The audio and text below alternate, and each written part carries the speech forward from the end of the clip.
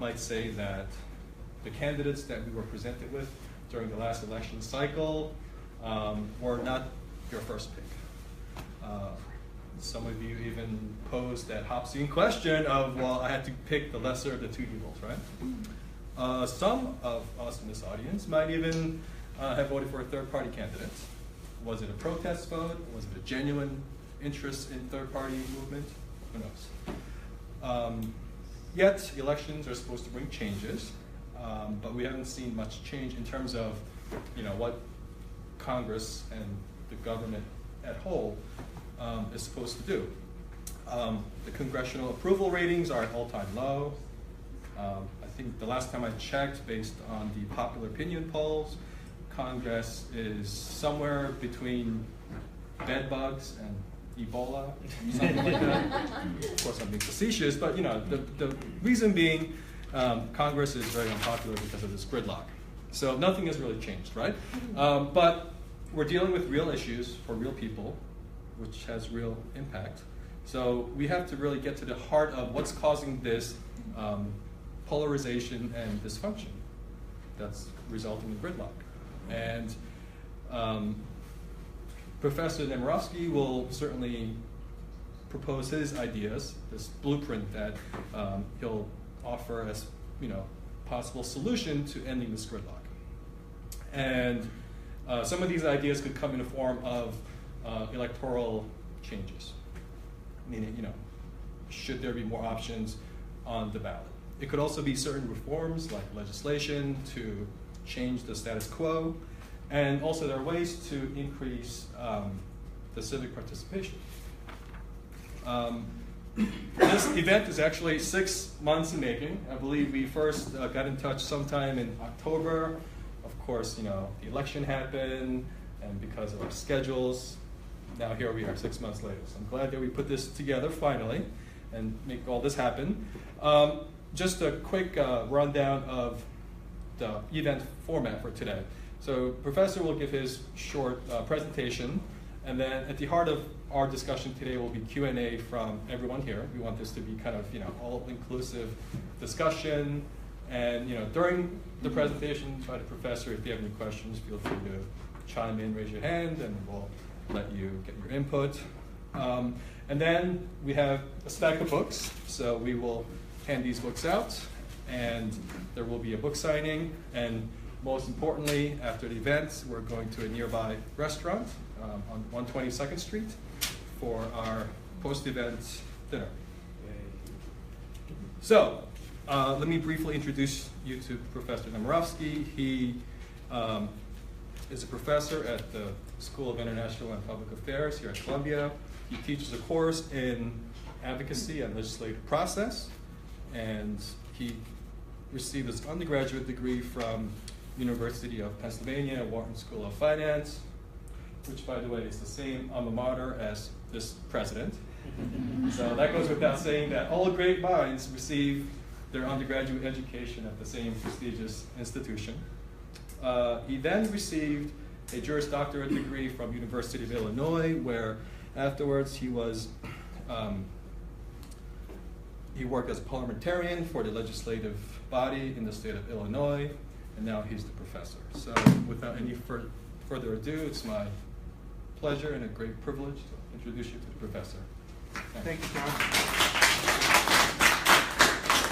As Tom mentioned, this has been a 6-month journey, but he's such a gentleman, and you've got a great organization, so I've been looking forward to this. And I am going to start talking, but I'm very interruptible. So I know we're going to do Q&A, but if you want to jump in, we'll jump in and handle it that way. Also, my good friend Raven here, through the miracle of technology, is actually putting this out live right now on Facebook. So anyone want to call your mother right away and tell her to go on Facebook and ask a question, hi mom, and whatever, however you want to handle that. And Tom took quite a leap there. He had me from being the parliamentarian in the Illinois legislature was in the 90s, and now I'm a professor. So we jumped about 20-some years there, which is okay. They're a fairly important 20 years in my life, but I want to talk to you about the journey I've made in politics and government, and really how I came to be here today talking to you, and why I've spent the last 10 or 12 years really grappling with this fact that we do have a very dysfunctional and very polarized political system. The good news for me, and not many of you in the room, because I'm looking around and you're, I don't know if you're all millennials or not, but you're close enough. The good news for me is I go back in time when government actually worked. I started my life in government back in the mid-'80s. I was actually in the telephone industry at a time when the telephone industry was broken up. So those of you who are maybe a little closer to contemporaries of mine remember when there was only one monolithic telephone company called AT&T, eventually got broken up and disbanded. And I played a role in that. I was with one of the companies that was trying to break up AT&T. That was my first foray into government. And I became intrigued with government. And actually, I told Tom I'm a recovering attorney. I got out of the practice of law and I pursued a career in government, lobbying, politics, and I've been doing that for almost 30 years now. So I've spent time in government, I've spent time in politics, now do some teaching about it. And again, the good news for me is that I've seen a time when government could work. And when we talk about dysfunction and polarization, polarization is always there, particularly the two-party system. You can't get around polarization. We happen to have very extreme polarization right now, and I think we should talk today about how we got to this extreme polarization. But I come from a time where you had this polarization, but the polarization was around the election cycle. The election cycle was kind of a finite period of time. In some states, the election cycle may have been a 6-month period of time, 4-month period of time. We live in a world now where the election cycle is continuous. We don't have a time when people aren't running for office anymore. And that's where the emphasis is. I know I'm from Chicago and Illinois. Historically, we have had 2 periods of time. We had 2 Mayor Daley's who ran Chicago for a long period of time. But the first Mayor Daley basically said good government is good politics. He understood that if the city of Chicago ran well, that he would get reelected. And that's been turned on its head now. I think people believe that good politics is good government, and it's not. What we have now is really only politics. We don't have government. So you can have polarization as long as people will come to the table and compromise and have dialogue and solve problems. We've just lost that talent. And in fact, I'm thinking about those of you that are in the room that may be, let's say, in your late 20s, 30s, maybe even into your early 40s. Again, I'm not going to try and guess anybody's age. I know better. But most of your adult life, you have not seen a government that works. We've had really failed government, maybe dating back to the 90s. Some people date this back to the rise of the Gingrich Congress. And I don't know if I totally agree with that, but there's you can definitely tie some of this dysfunction out to that period of time. And I think it also relates to the Clinton presidency that was going on at the same time. So if you date this to the mid-90s, and we're now in 2017, you've had 20 plus years of dysfunction. You haven't seen government work in a way that it had worked historically. So I'm almost going to do some writing about this, the fact that we have an entire generation, a generation plus, that has not seen government work well and solve problems. And that's the dysfunction part. So the polarization can exist as long as you have compromise and you can solve problems that we don't have either. We now have extreme polarization and we have this horrible dysfunction. So I come from a time when I know you can solve problems, and that's my hope. I'm an optimist. I think we can get back to that. I think we can get back to the time when we can solve problems again, but it's not going to be simple, and it's not going to be quick. And unfortunately, we also live in a society that wants fast, quick answers.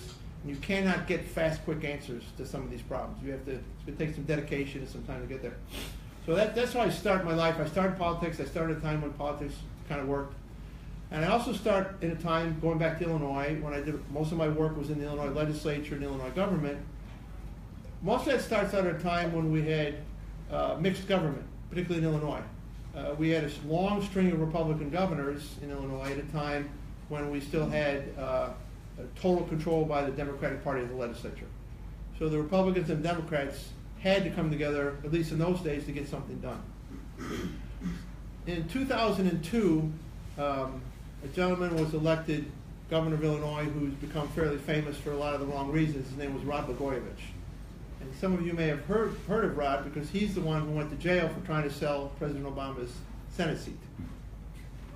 Well, he became governor, so for the first time in the longest time, Illinois was now controlled solely by the Democratic Party. And I was thinking, and a lot of people were thinking, that this would be a great time for government in Illinois, because even though, as I said, I came from a time when Republicans and Democrats could grapple together and solve problems, it wasn't always artful, and you didn't always necessarily get the solutions you may have hoped for. But now all of a sudden we have an entirely Democratic government in Illinois. And conversely, that's when things totally fall apart.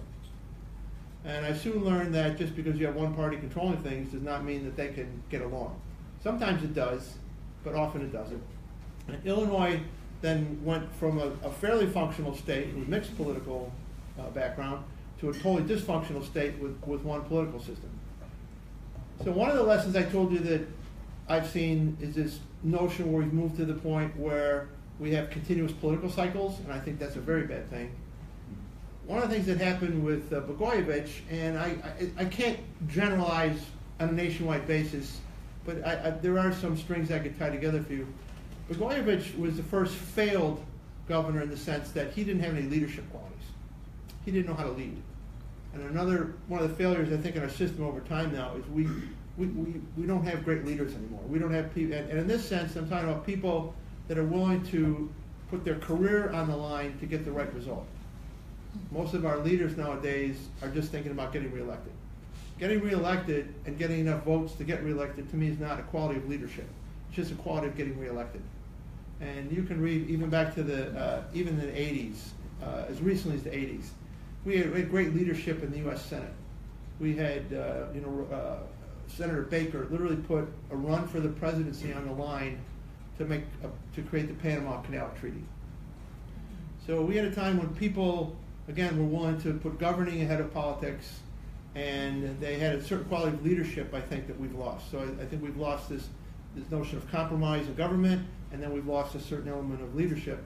And Blagojevich, to me, was my first introduction to failed leadership. So that's another level of dysfunction that I think we've seen in the system here. So I used to drive back and forth to Springfield to Chicago, Chicago to Springfield. It's a 3.5-hour drive. And as Illinois is starting to fall apart, I'm saying to myself, how do we fix this system? How do we get this to work in Illinois? And I started banging my head and thinking about all the solutions that people were kicking around at the time. Term solutions was actually term limits was actually a very prominent solution set that had developed in the 90s and was carrying through to those days. I am not a proponent of term limits. And we can talk about that later, but I'm not. And so I kind of dismissed that. And we're also at a time when redistricting was becoming very problematic. And I do want to talk about redistricting a bit today, because to me, redistricting is probably the single most important or destructive component in the dysfunction, the way that redistricting plays out in our country right now. So I was focusing on redistricting. But I guess in its essence, most of the solutions that people had on the table, whether campaign finance reform, redistricting, or some of the other things that were out there being fought at the time, even term limits, all required legislative solution sets. And I think that's what Tom was alluding to before. You have to solve them in the legislature. And for the same token, they were creatures of legislation. So how are you going to stop this at a time when the people who are elected are now only campaigning and only trying to win office? How are you going to get in and fix a system that needs legislative fixes if you have to rely on the parties as they existed at the time? And that's when I started thinking about the fact that we need a third party to really help break the cycle of dysfunction. And the math, to me, was fairly compelling. The math was very compelling. And you've actually seen it play out here in New York a bit. If you have a legislature that has 100 seats, and one party has 53 and one has 47 or 58, 52, 48, whatever it is. The math tells you if you could grab 6 or 7 seats and no party now has the control of the legislature, you can force compromise and dialogue. And that was the essence of my third party theory. And it evolved at the state level because I didn't think you could pull it off at the national level. I didn't think you could pull it off at the congressional level. And I thought you had to start at the state level. And also, we can talk later, I think it's not just enough to create a third party, you have to have results. And as you can see right now, and you alluded to the rating of Congress, trying to get results at the national level now is almost impossible. you still can get some results at the state level. So I had this simple math saying if I could form a third party and I could elect 5 or 6 people in the right states, I can literally force a dialogue, and I can change the paradigm, and I can get compromise. And that was the essence of this, driving back and forth to Springfield, Illinois. So I want to talk a little bit about my story, and that's how and then I started writing my books about how you get there. You just can't have an idea. I think you have to tell people how your idea can come to fruition. And I know you won't have read the books today, but I'm talking to Tom, you guys will get books, and maybe we'll read the books, and we'll have that dialogue. So I wrote the books, and that was started writing about over 10 years ago. I now have 2 books. Obviously, my books didn't start the revolution, hasn't started yet. But also, I've done a lot of critical thinking over that time, and my thinking has evolved a lot. And I want to talk about that today, and really how these problems exist. Because I came up with a solution, and I don't really think I understood what the problem was. To me, the problem at the time was in the state of Illinois, where you had all Democrats, they couldn't talk to each other to get anything done. That was enough of a problem. But I've now crystallized my thinking around an idea that I've called incumbency protection. And I don't think I stole it from anybody, but I stole it from enough puzzle pieces that are out there that I probably didn't invent it. Someone else probably actually invented it. I just threw some puzzle pieces together. And it's the notion that there's really 4 elements that have caused us to have the majority of the dysfunction and the polarization. And it's a combination of campaign finance reform, which I'm sure you guys have talked about probably at great length, and the Citizens United case, which happened during this period, this evolutionary period for me, is probably the example of, campaign finance reform on steroids. And many people can't defend that, but unwinding it is going to be very, very difficult. I mentioned redistricting before. The redistricting process right now is resulting in some very extreme results, where in 33 states right now we have legislatures totally dominated by one political party. We have it at the federal level too, but it doesn't happen as often at the federal level. And in those states, we also have a governor of the same party. So we have 33 states right now solely dominated by one party. And this is greatly a result of redistricting. There's some very interesting redistricting cases that are working their way through the court system right now that may turn this over, I don't know. But some of the literature, if you'll read, says that the redistricting results of 2010 were the most sophisticated, computer-driven, analytical results we've ever had. But what they've done is they've created these results of total party domination in some states. And I don't know how much you know about redistricting, but essentially what they do is they create enough districts for one party to be controlled, whether it's Republican or Democrat, and then they pack the other districts for the other party. So if it's a Republican state, they pack the Democratic seats, and vice versa. And to a certain extent, that's where you start to have polarization, because when you have packed seats and one party is only ever going to win that seat, that's when it starts to drive the polarization, because all the action starts to happen in the primaries.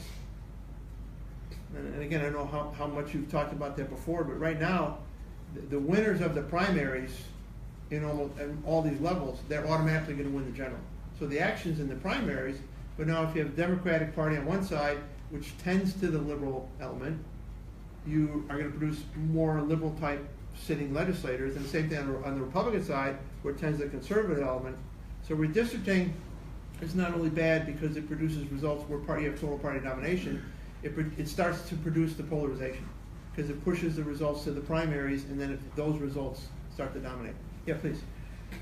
Doesn't the I would say the Voting Rights Act, as well as the Supreme Court's interpretation of the Voting Rights Act over time, hasn't it necessitated the creation of these minority districts that, I mean, they get sort of baked in before the redistricting process even takes place. They sort of have to be created, so they end up creating Democratic majority districts, right? And then it leaves a Republican legislature free rein to then create Republican majority districts, right?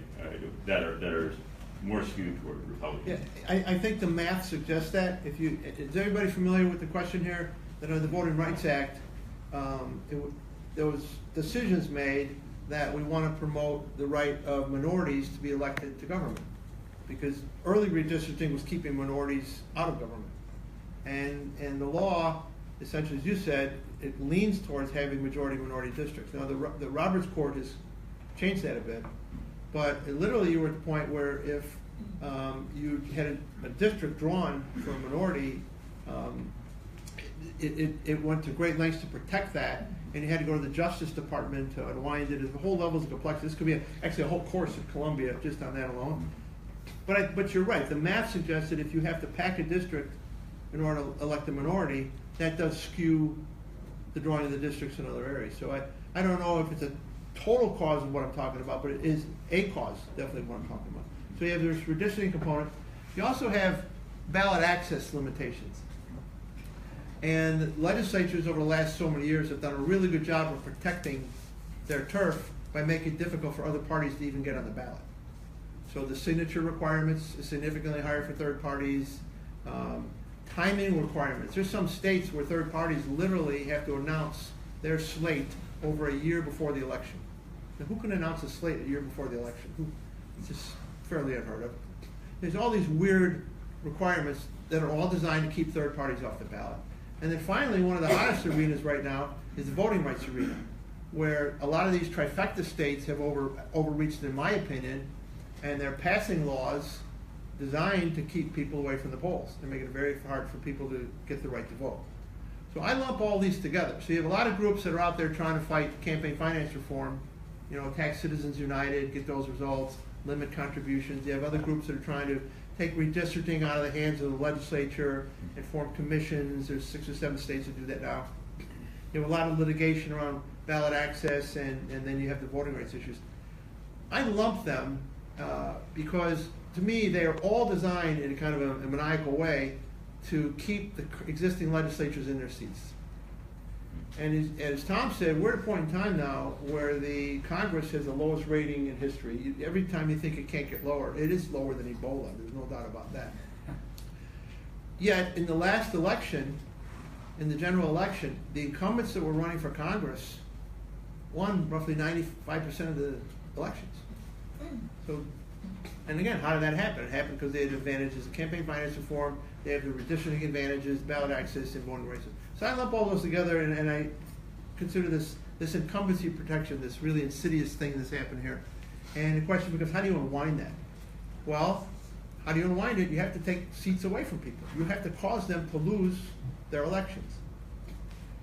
Well, I don't think you can do that within the construct of the Republican Party or the Democratic Party as we have them today, because they are Ponzi schemes, and they're designed to promote people up to their Peter Principle level of incompetence. They keep getting elected, So you can't fix it within the construct of the two-party system. You've got to find a way to take the seats away. Now, people say this is impossible. And as we sit in the room today and we're talking, it's impossible. It's probably impossible for a third party to start that quickly and start winning seats. But it's not improbable if we do it in the right way and we do it over time. And you've got some of the pieces now that I think are totally fascinating that we didn't even have when I started writing my book, that I think will lead to an effort to fix this over about an 8 to 10 year cycle. Some of it will come from redistricting in the next election cycle. That's going to be out there. But I'm going to go back to my millennials, this large generational group that's out there that to a certain extent Bernie Sanders awoke in the last election cycle. There's an energy there, and I think the millennials are clearly a political power. They just haven't realized their power yet. But guys like Bernie Sanders are out there trying to help them realize that they have that kind of power. And if you look at what he did in the Democratic primaries, it was nothing short of fascinating. I mean, he took on a candidate that was, literally walking on water with the Democratic Party, and but for a few ifs and that's, or maybe but for a few emails that the Russians stole we now know about, maybe he wins that election. So that was within the construct of the Democratic Party, obviously, but I think the progressives in the Democratic Party owe it to themselves right now to decide whether or not they want to break off and start forming a party of their own. Because I don't actually think the establishment part of the Democratic Party, the establishment word was very popular at the last. I don't think the establishment party is going to allow the progressives to get to where they want to be. So I think they're going to have to figure this out, and I'm bringing it back to the millennials. The internet is obviously an amazing tool for politics nowadays. And it's an amazing tool for the millennial generation. I bring it back to them. And the speed at which they can communicate and you can get results is just fantastic. We're seeing it more in other countries to a certain extent. You know, we had the Arab Spring, and there's some other areas where the internet has really become an amazing political tool. I think that's another possibility of what's going on here. I think the failure of government is just it's becoming more and more of a wake-up call. Everybody has their own analysis of how Trump won, and to me, part of it was we have an amazingly disaffected electorate who's getting angrier and angrier. And I think they were willing to say, okay, Trump, we've seen all the flaws you have, and Tom alluded to the flaws of both candidates. We've seen your flaws, and despite all these warts on you, we think what we're looking at is so bad, we'll look past warts, we'll look past everything, because we want you to fix the system. Well, it's not totally different from when President Obama promised change. So it's like change, change, change, change, change, and people are receptive to the idea of change. They just want change to equate to results. So if you're kind of at this, I hate the word extreme, it's so easy to use.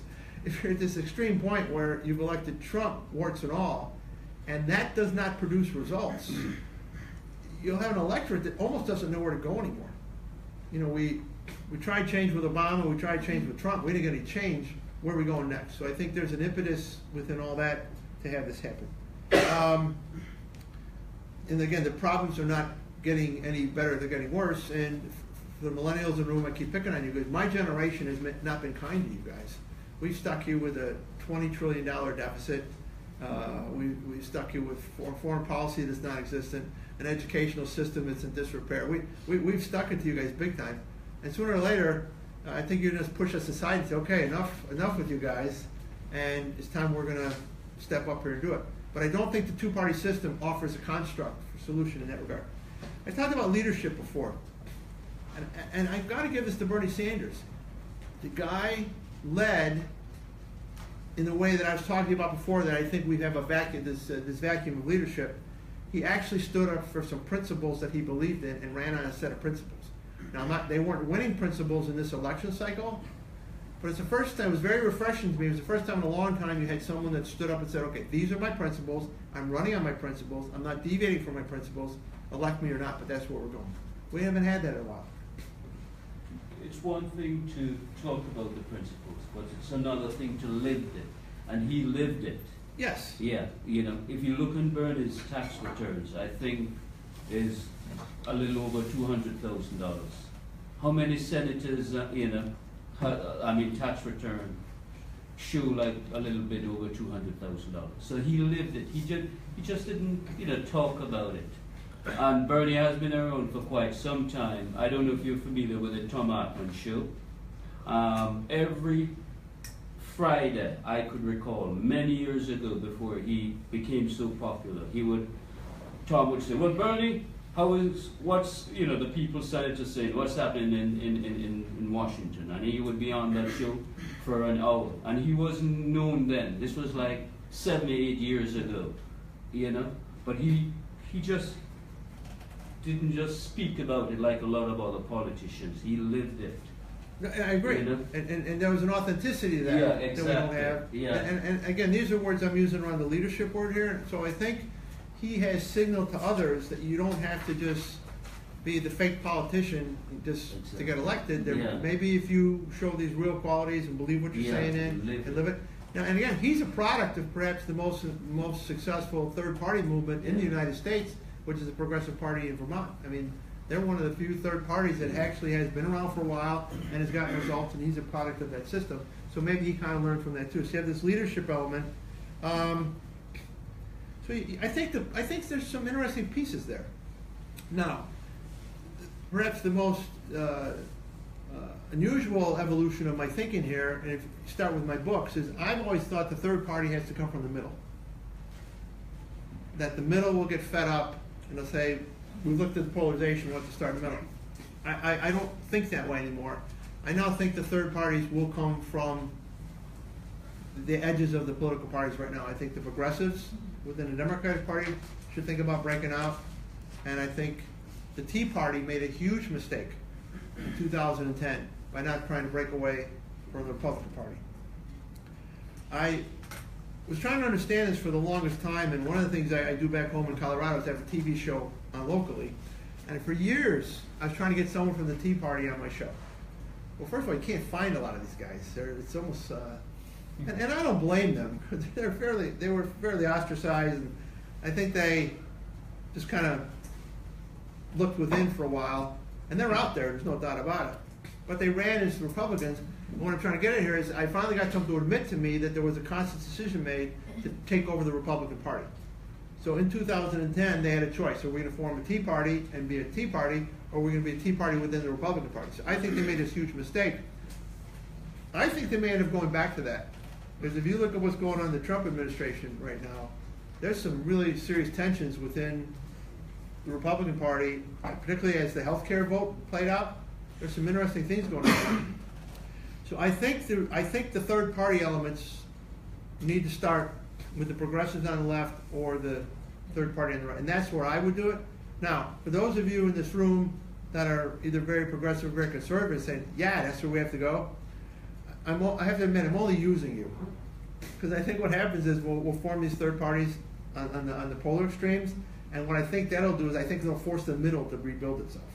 And I think it'll take some time to get there, because I still think the action is around compromise and around things happening in the middle. So one last thought, and I don't have answers for this. I hate the dysfunction, I hate the polarization, and I've told you where my thought process, how it's developed, and I want to talk about this with you guys. I'm really upset right now with the lack of civility that's accompanying the dysfunction. You can be dysfunctional, but you can still respect each other, and you can operate within an environment that's civil, and you can have discourse, and guys like Tom can get people in the room to kick around ideas. We've lost that civility. We've lost just decorum, and that's scary to me. And now we're in an environment where no one even knows what the truth is anymore. And there used to be such a thing as, I guess they would call it political truth, or political speak, and everybody understood that politicians would make things fuzzy, or you'd ask them a question and they didn't have to answer it. Now people just lie. They don't care. And you have whole websites that spring up around political elections to create lies. And these are just really scary things for me. And I don't even know if my third party talk, solves those kind of problems. But so let's start with all that, and then we can kick some of this around. So Tom, you're the boss. Oh, okay, thanks. So just to go back on this idea of incumbency protection. Yeah. So you're against term limits, right? But doesn't that by definition favor incumbency protection? Well, see, I said, right, I'm not a fan of term limits as a solution. I am a fan of certain types of term limits. What I think happens is when someone gets term limited, the person from the same party just gets elected. When the people that started the term limits, I think they felt that term limit was going to equate to change. So to me, if you have a Democrat that's been in office for 10 or 20 years, or however long the term limit is, and they're now out, because they're redistricting again, the Democrat's going to win that seat, the Republicans are going to win that seat. So one of the things I don't like about it is you lose institutional memory, you lose some seniority that sometimes is very good in a system, and you end up with a lot of new people that don't necessarily have a lot of new ideas. They're just part of the same party structure. Now, here's where I do like term limits. I like term limits within the construct of the legislature when it deals with committee chairmanships and leadership. I'm going to talk about the leadership element of this, but the speakers of the House and the legislatures, the presidents of the Senates, have become incredibly powerful. And a lot of that ties back to campaign finance reform. The leadership is where all the money gets brought in, because that's where the decisions are made. It kind of feeds on itself. Leadership brings in more money, that gets them more powerful, the group gets smaller there. So I think if you have a term limiting on leadership and committee chairmanships, that I like. Okay. A lot of times when I watch the news, they'll say, well, if you vote for third party, you're wasting your vote. Is that a myth? Or is there a little bit of truth to that? Both. I think if you're voting for someone and you believe in what they're telling you, and you believe in their issues, and you believe this is where you want your country to go and your policies to go, you can't make a bad vote. Because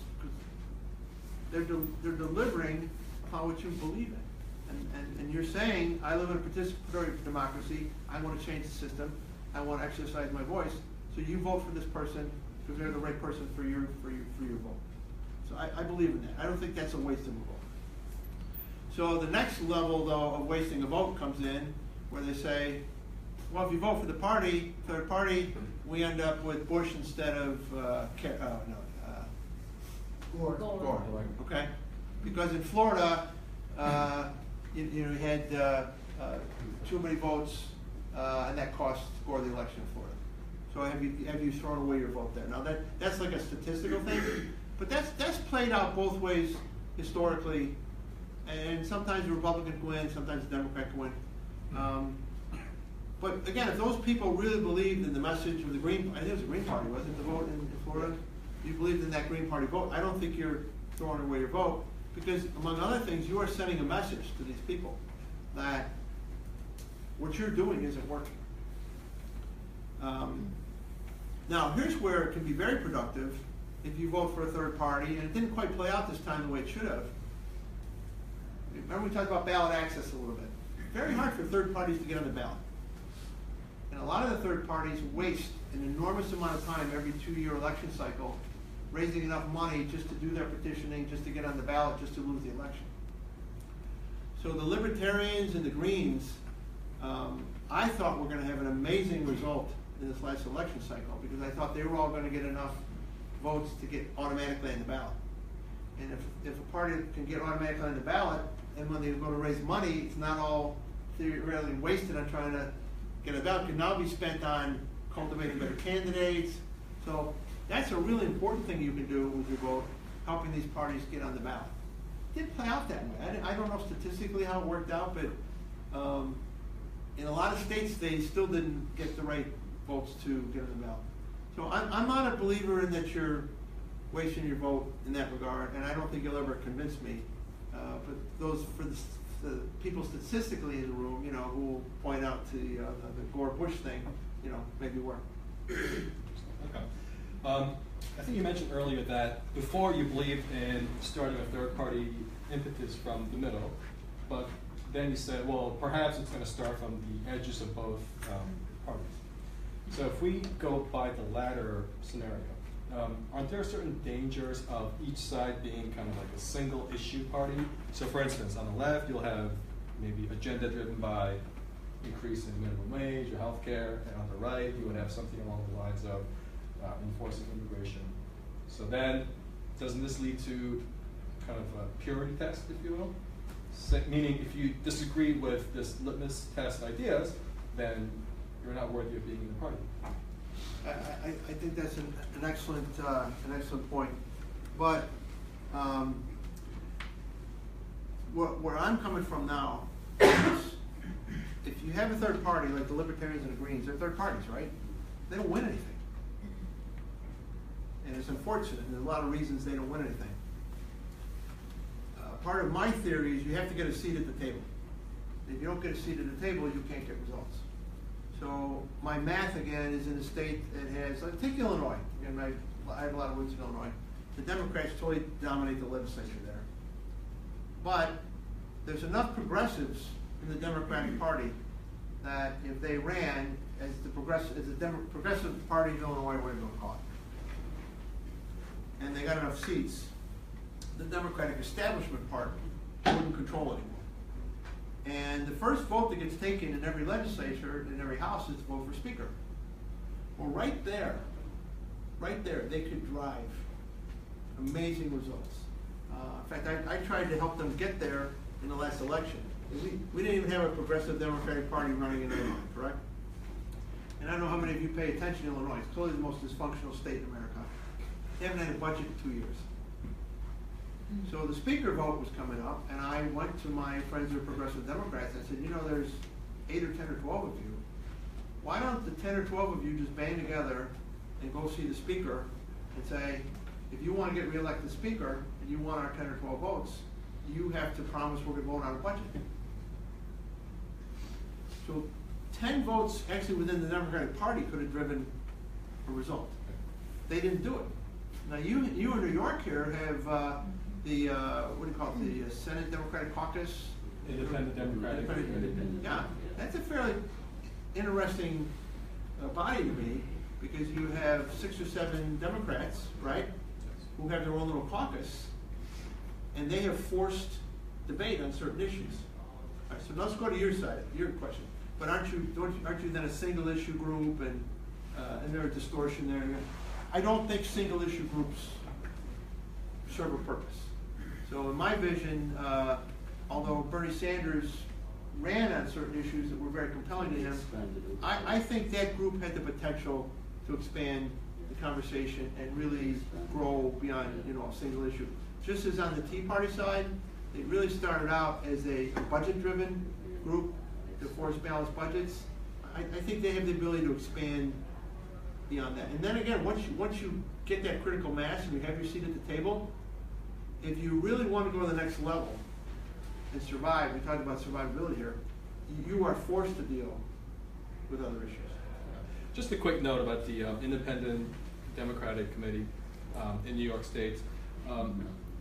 It was, kind of like an independent organization within the Democratic Party. However, I believe in 2008, the Democrats regained control of state Senate for the first time in many years.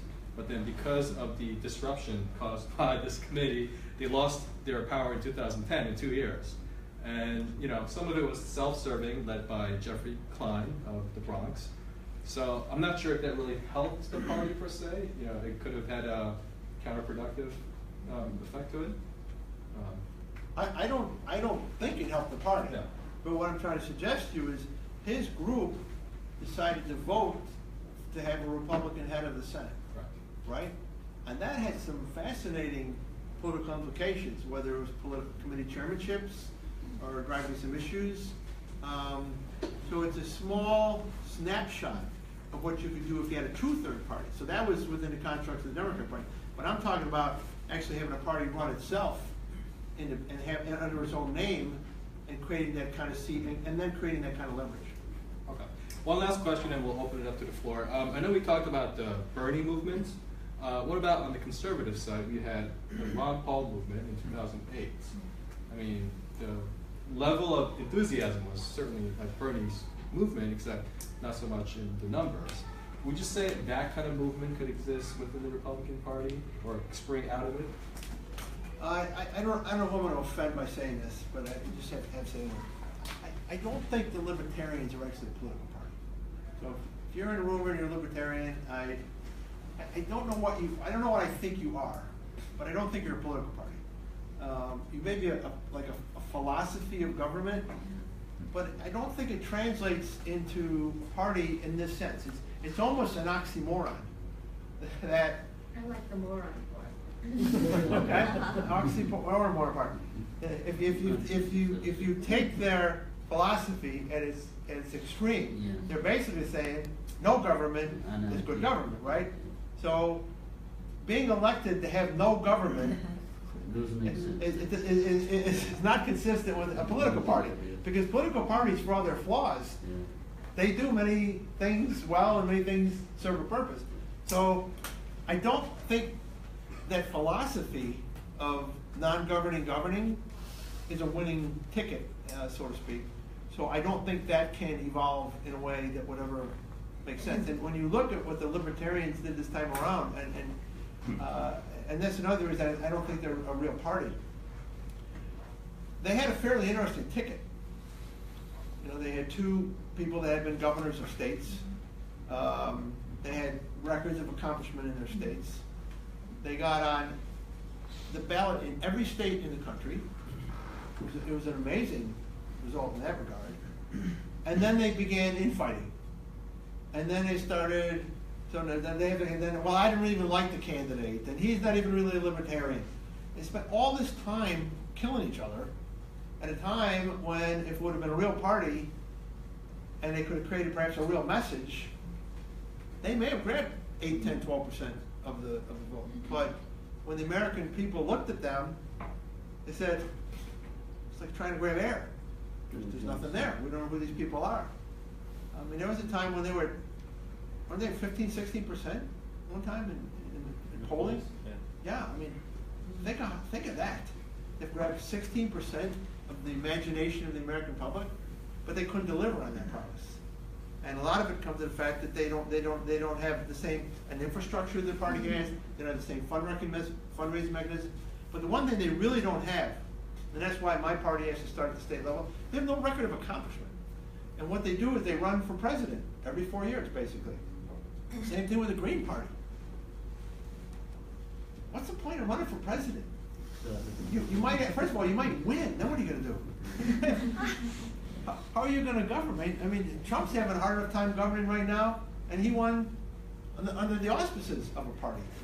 So when you don't have a party around you and you want to run for president of the United States, to me, you're wasting everywhere. That's the wasted vote.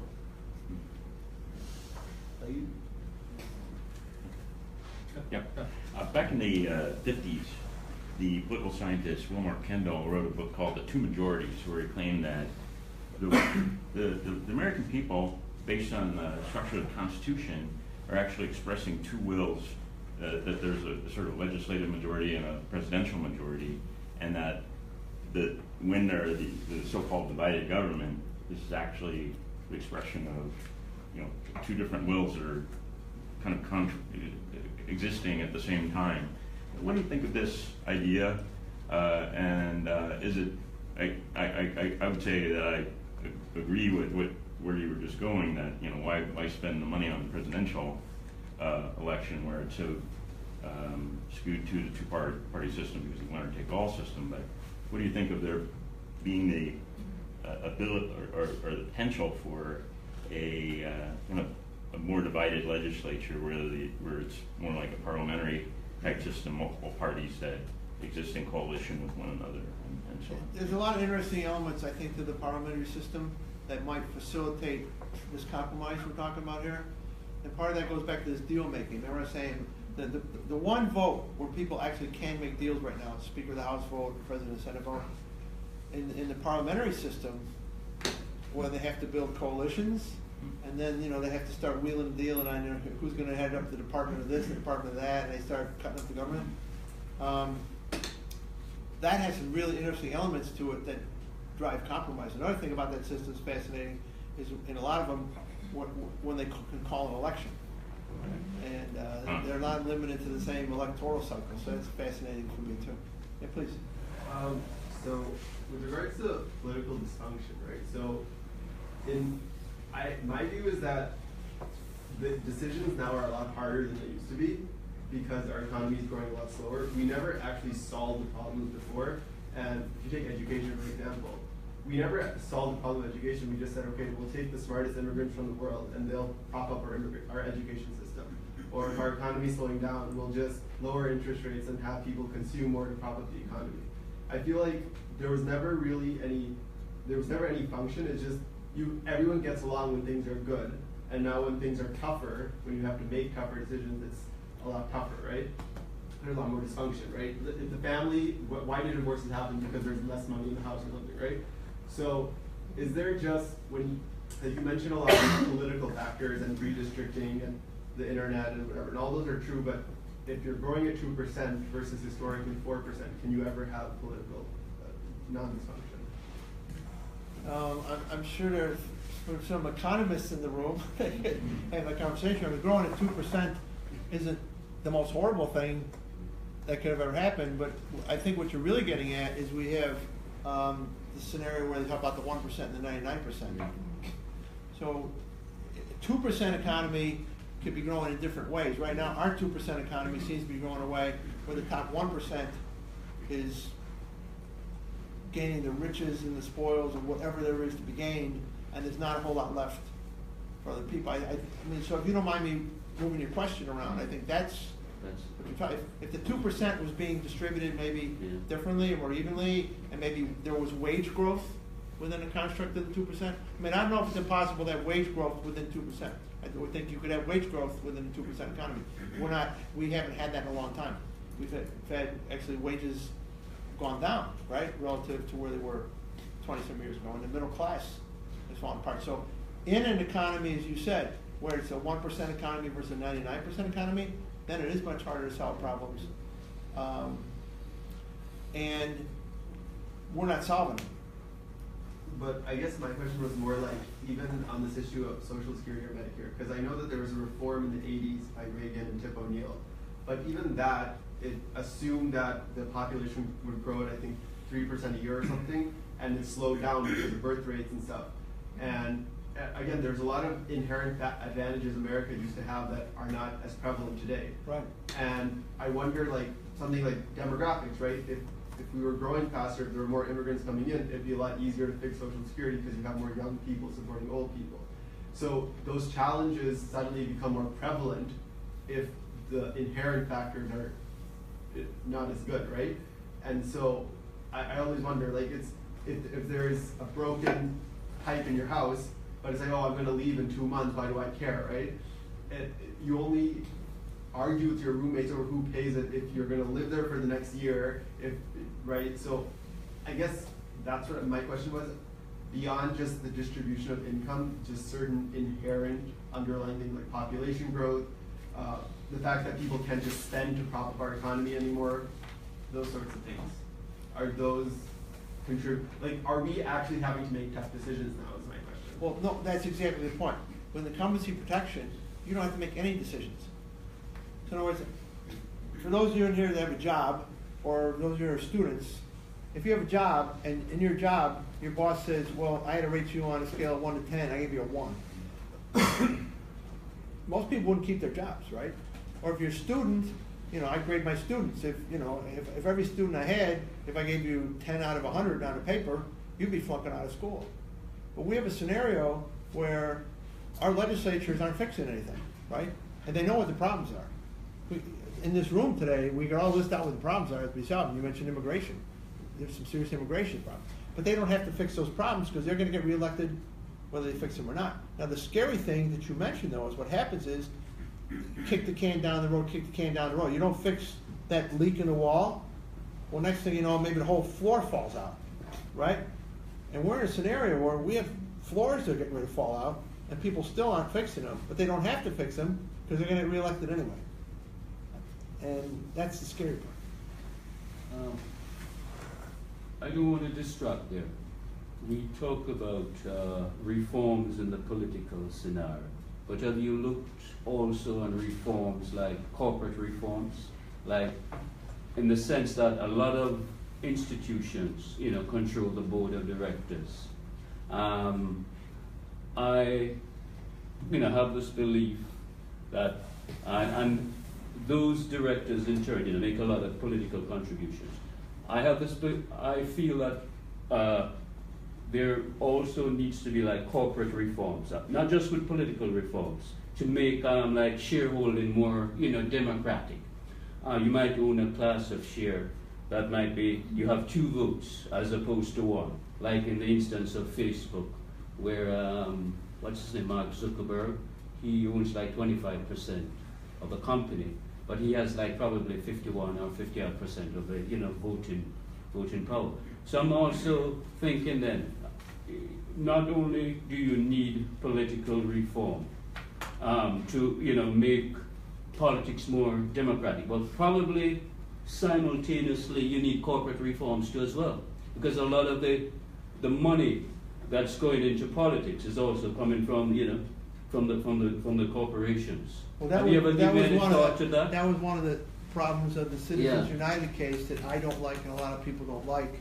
It really opened up the ability for corporations to put more money into politics, and there you get distortions from that. Yeah, but the corporate boards though are dominated by big financial institutions, right?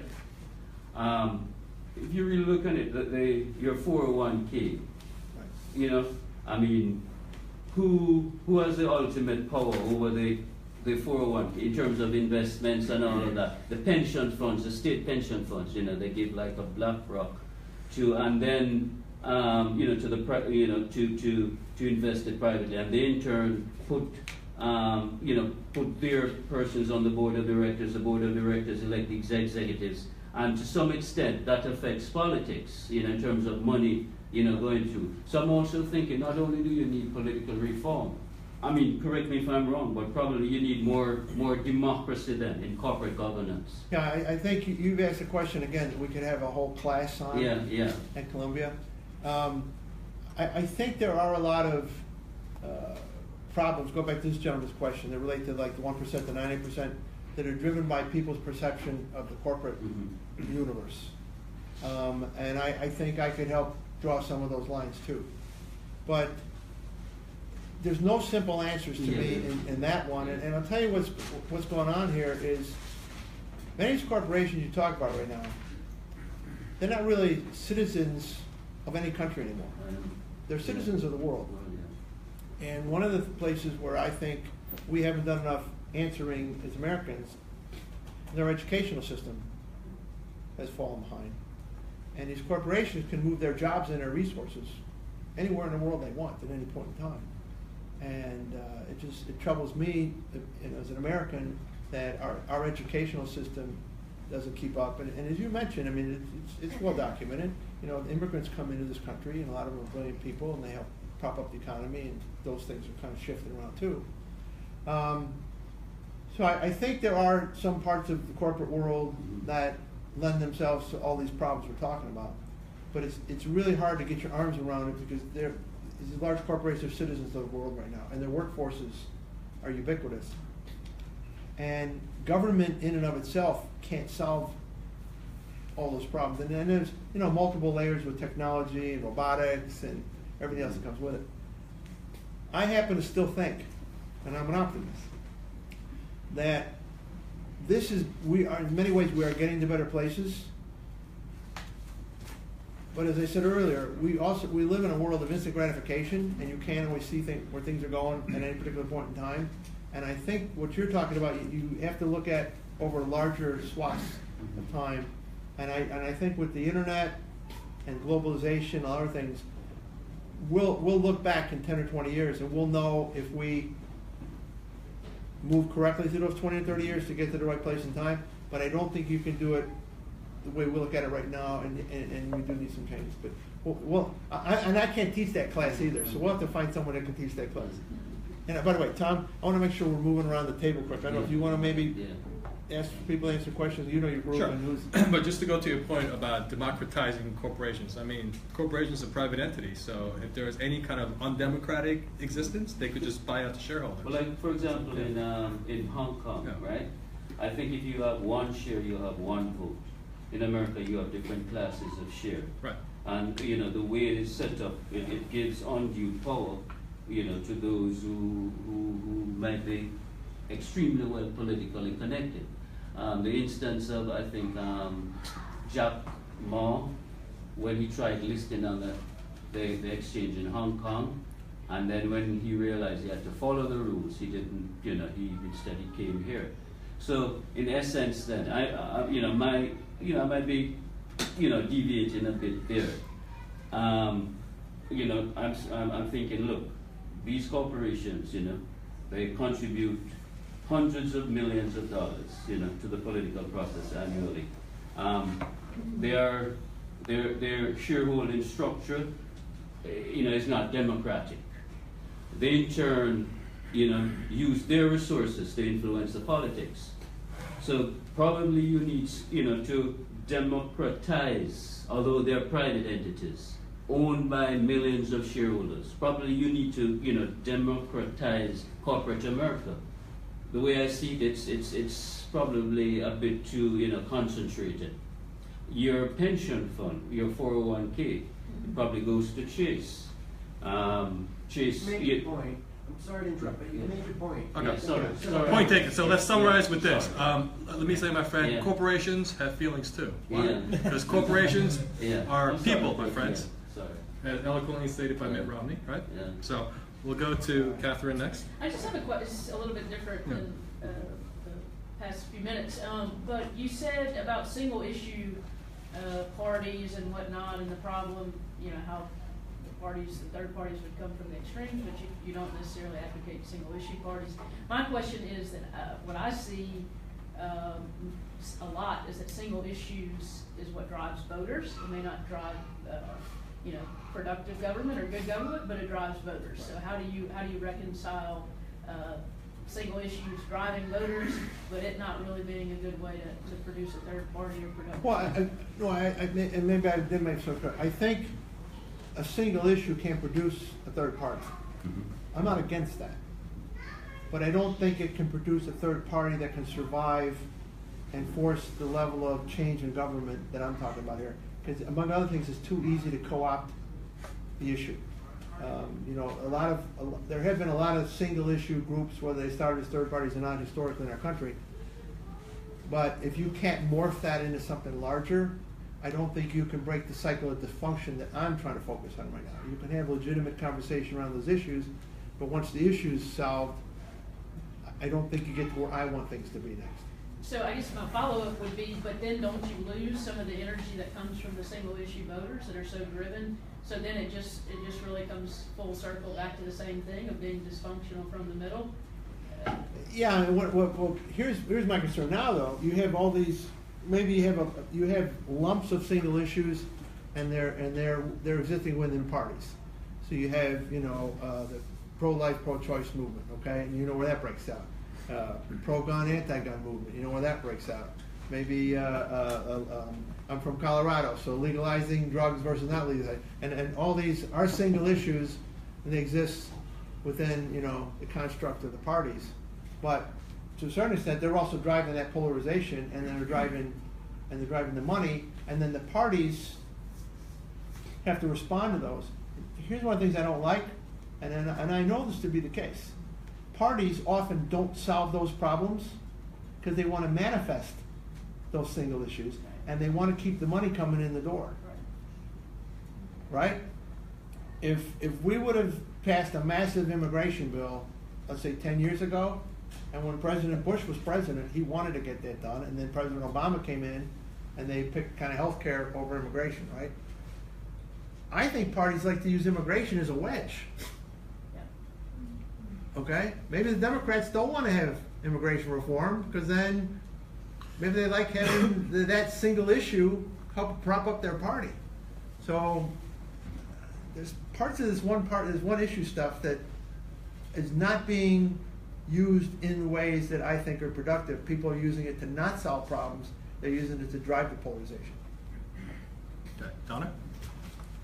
When I first was discussing healthcare with people, and I realized we were the only major Western type democracy that didn't have the healthcare as part of our system, the logical thing for me was to look to see who did it better, and who could we look to for guidance. And everybody went, oh my God, no, it will be the single payer. Okay. So in this case, I think of other democracies as always being more in the parliamentary system. So what do we look to?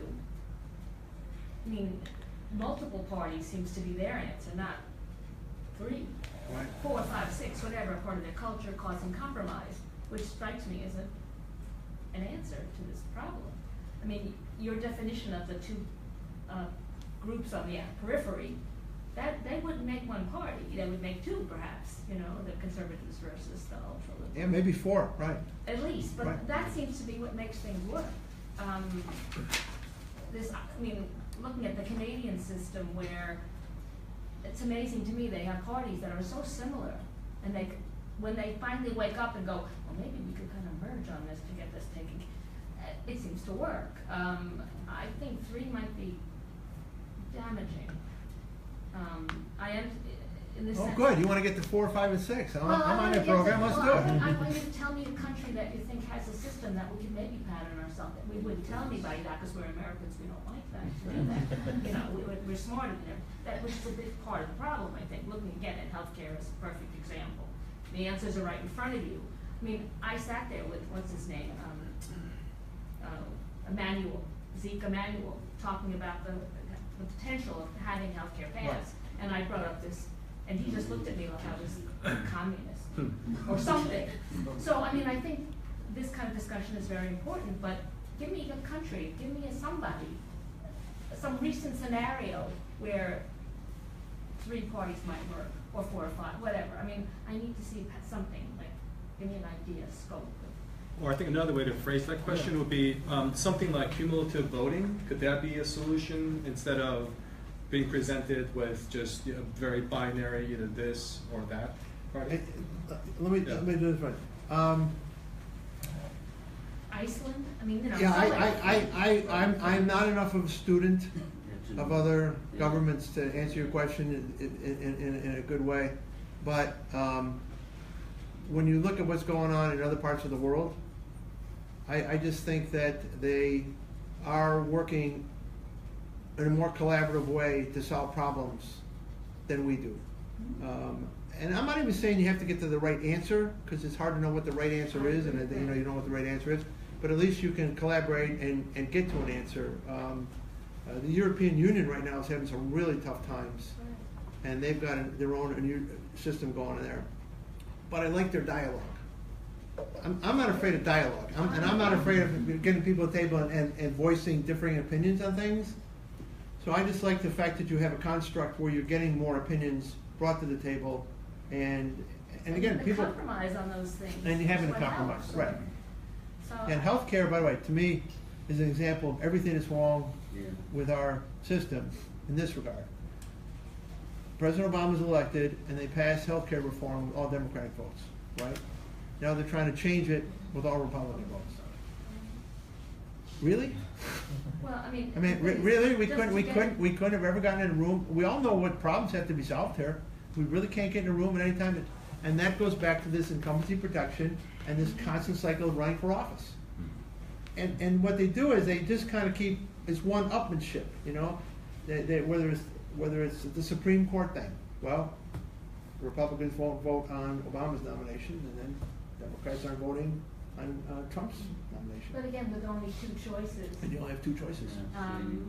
that's what makes it to the point where people are ready to kill each other. And the fact that we're still rethinking the 2016 election. I mean, it just, but I'm looking for a better who do I look to? I mean, somehow the parliamentary thing keeps coming up. We need you to run for office, that's what we need.